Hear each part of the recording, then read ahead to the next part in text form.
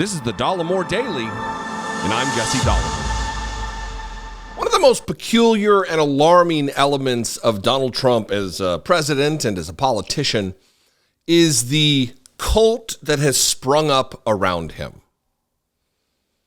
This disparate network of odd characters who venerate Donald Trump to a level that's like a demigod. I use that word all the time, but how's it wrong?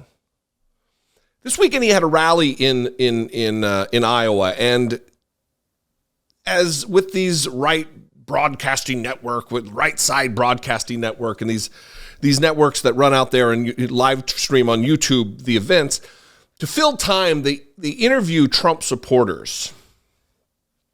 And in an inexplicable moment, they interview this woman who is just backing up everything I've said for years about the cult-like atmosphere that surrounds Donald Trump, that he has fostered. And this woman breaks into tears at the mere prospect that she's getting ready to see Donald Trump. She starts to cry. She said, I'll probably cry. I mean, I'm starting to cry right now.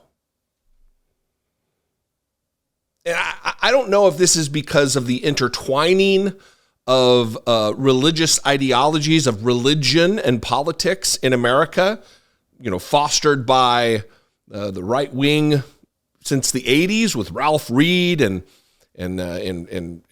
these other idiots, Pat Robertson and Jerry Falwell, and then his son, Jerry Falwell Jr., people who are in no way living or teaching or abiding by the teachings of Jesus the Christ at all, but they want everybody to live under their thumb and their particular flavor of Christianity.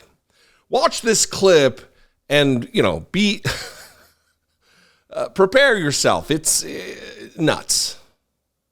But to be here for the first time, what's that like? I can't even explain. I'll probably start crying. Well, I'm going to start crying now, but when he comes out on stage, I get to see him face to face, live. It's going to be the best day of my life. I love that man and what he can do for our country. Everybody needs to know he is number one. He is number one in our books. He's number one. He rises above all others. I mean, imagine all of the people who could be number one to this ostensibly white Christian woman. Donald Trump is it. It's not Jesus. It's not her pastor. It's Donald Trump, who she's breaking down into tears, excited to just see. Oh, but to touch the hem of his garment would make her the happiest woman and make for the greatest day of her entire life. If this woman has kids, I wonder what they feel about this. Is that what she said? When he comes out on stage and I get to see him face to face, it's going to be the best day of my life. The best day. Just to see him. The best day. I woke up this morning. That's all I did. And today is a better day than seeing Donald Trump and his greasy face. Hands down, bar none, without a doubt. I would love to sit down and ask this lady a few questions. What has he done for the country? What can he do for the country? What are these nebulous policies and outcomes that you believe are going to come from Donald Trump, other than him wildly enriching himself by using the presidency as a piggy bank, lying to the American people about donating his salary? We know he didn't do that because we got his taxes. Building this wall that he never built, that Mexico was going to pay for, that they didn't pay for. All of the tens of thousands of lies that have been perpetrated onto the American people by Donald Trump. Not to mention the fascistic, authoritarian nonsense that goes on every time he opens his mouth. But it's the greatest day, and he's number one. It's a running theme, though. Even at this event, this was a running theme. The dumbness of Trump supporters. Listen, I've said this before, that if you voted for him in 2016, you made a mistake. It's a bummer. You did wrong, and you need to atone for that mistake. If you voted for him in 2020, you're virtually a lost cause. But if you're still supporting Donald Trump in 2023, going into 2024, knowing all that we know, something's wrong with you. It verges on pathological that you still support Donald Trump and his grifter, charlatan family. Is it dumbness? Is it the religious adherence to Donald Trump? What is it? Part of it's dumbness. Watch this next clip. These two ladies, these refugees moving from California to Iowa, who are asked about Gavin Newsom, their former governor, my former governor. And they're so stupid, they don't even know who that is. And, they're floating this idea that Gavin Newsom may run or, may step in if Joe Biden can't complete his race. As California refugees here to Iowa, what do you think of Gavin Newsom running for president in place of Joe Biden? I don't even know who Gavin Newsom is, Yeah, no, honestly. No, I don't. Wow. Okay, you don't know who Gavin... No, and I'm not trying to embarrass you, but... It's totally fine. Okay, well, he's the governor of California, and that is actually... That's actually really awesome. My husband's on that.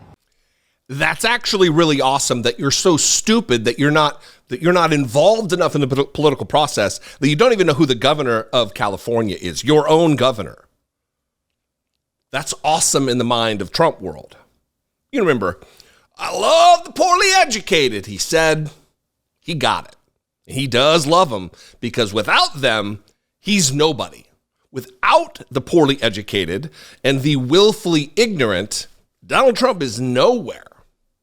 This bears itself out in polling that Donald Trump supporters largely, not exclusively, but largely are undereducated, uneducated, and my addition to this, because they can't really quantify this in polling, intellectually incurious. They just don't care about growing, about developing new knowledge.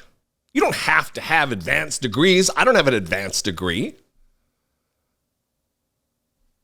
But that doesn't mean that I'm not curious about the world and wanting to educate myself. You don't need a doctorate or a master's degree for that. You don't even need a bachelor's for that. Hell, you don't need a high school diploma for that. But Trump world is proud of their ignorance. They are proud of being anti-intellectual, anti-curiosity. The world is set in stone and has been since the 40s for Donald Trump world. Don't even know who Gavin Newsom is, or Gavin Noosa, she called him.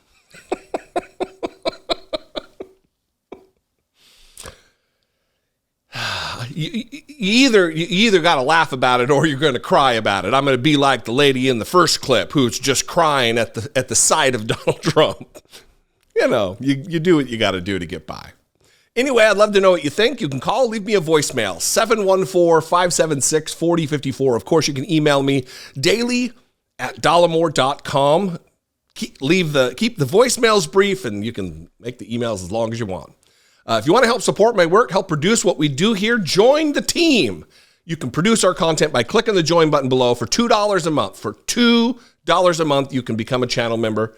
You can hit the super thanks button, or you can go right on over to patreon.com/IDoubtItPodcast. Both those are great ways to help support what we're doing here, and I would appreciate it. Follow me on social media if that's your thing. I'm at Dollemore on Instagram, Twitter, Threads, TikTok, Facebook, all of them at Dollemore. I'd love to see you there. It's better there than at a Trump rally. That I can guarantee. Anyway, I'll see you next time. Until I do, be genuine. Take care of one another.